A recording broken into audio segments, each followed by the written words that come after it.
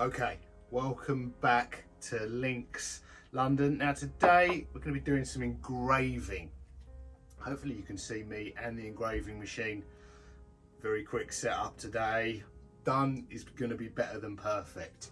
Now today, at the time of filming this, it's the 1st of November 2024. It's about 7 o'clock in the morning. Coffee. Now up until this point, what we've been doing is working on the website and repairing and restoring vintage Links of London stuff. I've got loads of charms and some pieces of their jewellery, and we can repair, restore that and put it in the vault section of the website. Today, hopefully, could be potentially, I'm not sure if it was yesterday or today, but we will find out possibly whether we get the intellectual property, the trademarks for Links London. Could be approved, denied, delayed by a month. The government's intellectual property office had to contact or liaise with Links of London, and that process should be, it's been months, but either today that process could be, I don't want to say finished, but in the final stages. Still be a couple of weeks for all the paperwork and that to be done. But anyway, if we get the trademarks for Links London, then we can start not just repairing and restoring the Links of London stuff, we can start production with new stuff, and we'll be one step closer to figuring out exactly what we're going to do and launching the website. But today we're going to work on a prototype of probably the first Links London piece, which is going to be a heart charm. Now, the story of this, a few weeks ago when I first started working on the Links London website, I was going to meet a couple of friends for coffee, and I took the laptop with me to work on the Links London website between meetings, and there's often a lot of waiting around during the day. So I had my laptop with me, went to meet two friends. One of my friends arrived. I was working on the website, and for the purposes, let's call her Leila, which is her middle name, but Leila arrived, showed her the website, first person to see the website, but it was very much the early stages of work in progress. So I showed her the website. I was working on the menu system, but obviously I wanted some feedback from a woman on the women's section, what I'd done so far. Now, I downloaded templates for landing pages which came with clip art, hats, scarves, jumpers. It was like fashion landing pages. There was some jewellery and models doing various poses, but wearing random stuff. Anyway, I'm showing her the website, want some feedback on the menu system. She sees this image of a lady wearing a heart pendant on a black ribbon necklace. Ooh, how much of that? I'd love one of those. Telling me about this necklace that she had, which turned out to be a George Jensen pendant on a black necklace. I can't remember whether it was worn, I think, or tarnished, and she wanted a new one. But this had reminded her of that. It was completely different, as it turns out. But this had reminded her of that. She liked it, wanted one, and wouldn't drop it. And I was, well, menu system, hoping she would forget about this heart pendant. At this point, I had done no research into Links of London charms. I knew they did them, and I knew it was one of their most popular products, but I had done no research whatsoever into what ones they did, how popular they were, the different design. No. Turns out. So I'm going, no, you cannot have one of those. It's not Links of London. We don't plan on making that for Links. It's clip art. No. Turns out, as luck would have, coincidence, probably the most popular charm that they did, judging by the amount that are for sale, vintage and retro ones, was it's not even similar, it's almost identical, albeit slightly smaller, is this three-dimensional puffy heart charm. It's not similar, it's a scaled down version of the heart and that one was satin finished in this image, but it's the same thing. So then the answer became, yeah, funny enough, yeah, I can make one. So we are making one. So this, and it will be on black silk. So that will be probably named after my friend Leila for the purposes of this. But also she wants one which is going to be another collection with her daughter's name on it, which is Roxi, which is why I've got the engraving machine here. We're going to engrave, I've polished one of these hearts, this one. So these were probably machine finished originally. I've mirror finished them. These are very much going to be the prototype. So this is going to be the prototype to show Leila, the prototype for the Leila necklace and the Roxi pendant and necklace as well. The clasp will change to be the George Jensen one she had, which she later showed me, had a magnetic clasp. So I would like to add magnetic clasps. And obviously these will be available in bracelets and necklaces. But yeah, this is very much the prototype piece. So I need to engrave a heart with, the original plan was an R, but I'm actually going to put Roxi in this one. But again, this will evolve with Leila's input. She won't like whatever I do. Standard. So there'll be, yeah, it won't be back to the drawing board, it will evolve. Now, this is a Gravograph. I'm not sure what the model was. I did look on the back. Vintage engraving machine. This is mad. Before computerized engraving machines, this is what everyone used. The computer ones are great. They you can put thumbprints and fingerprints and pictures. Fantastic quality. Not quite as, the depth of engraving is not quite as deep, but the options are phenomenal, but they don't really go, they don't engrave as deep, and they're quite difficult. It's quite difficult to clamp. The issue with not just these, because the computerized ones use the exact same clamps, is clamping pieces. But yeah, we're going to attempt to clamp. This is a very tricky thing, a very difficult shape to clamp, which is why I've got some blue tack here to try and pad it out.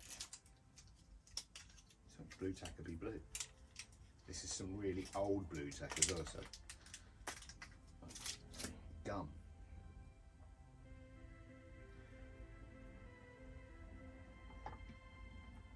The other way you could do this would be almost like it's setting. So you could treat it like a stone setting. Use some Thermalock or traditional setter's wax. Use that to fix it onto something like a clamp, or put even just a block of wood and then clamp that. There's quite a lot of tidying up involved in that.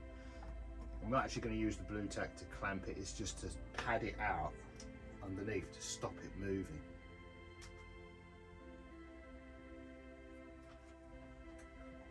So yeah, we're going to engrave Roxi on this polished heart, and then it's going to go on that black clamp. Now I'm going to probably speed you through this process. So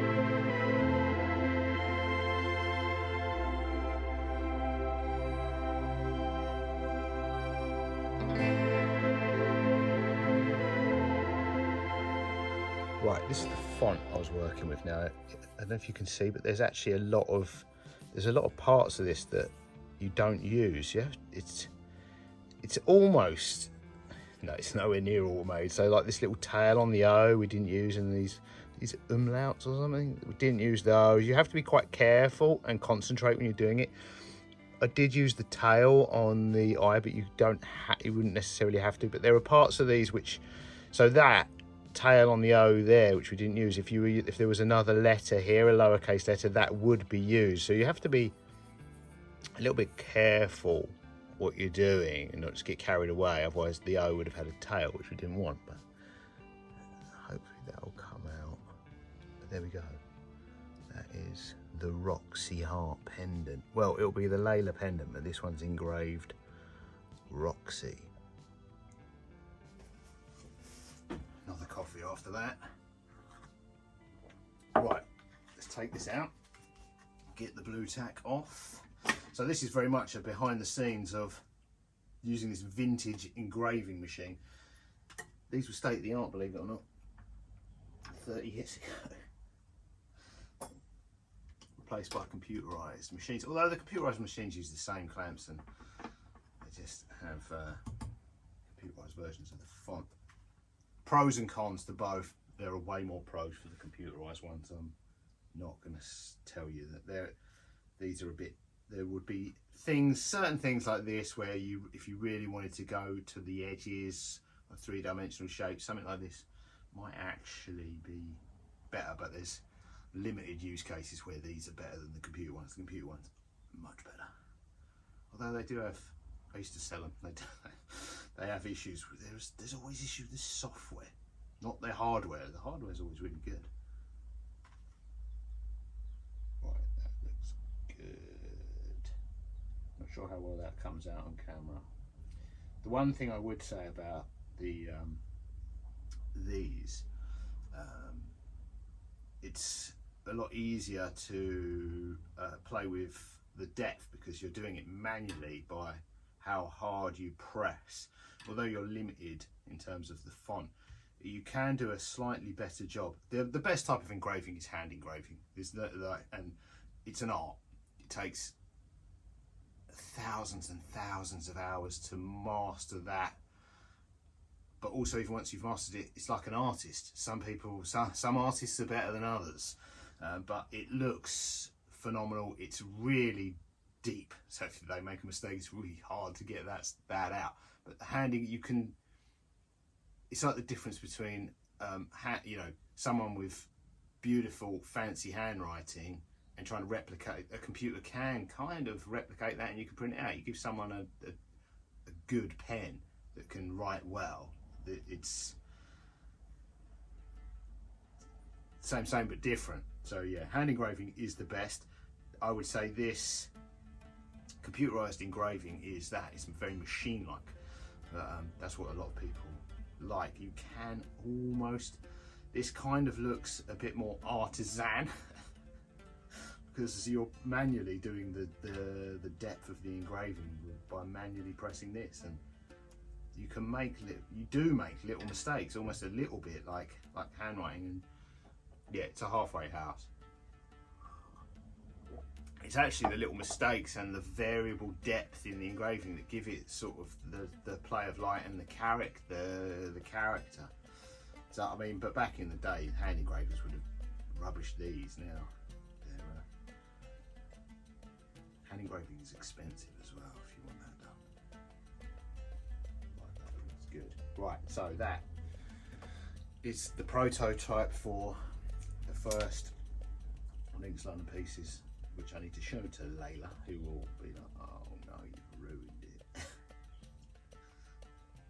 About everything.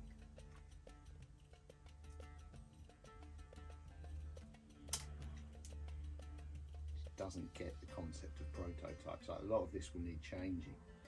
So maybe I think the original idea was to put just an R, the engraving, and also the magnetic clasp. But I haven't made the magnetic clasp, so I've got to get the magnets and make the clasp. It's weeks away. The magnetic clasp are weeks away, so I just wanted to find out what the other problems are besides the clasp. So there we have the first Leila, and I guess this one will be the Roxi's Collection that we're working on, called, the working title is Remembrance and Resilience, or Resilience and Remembrance, and on silk rope, black silk rope. But also, again, there will be different colours of silk rope necklace with different clasps, and also this makes a good bracelet. Right, now I actually need to go and show this to Leila and do some other things. Right, I'll see you in the next one. Toodles.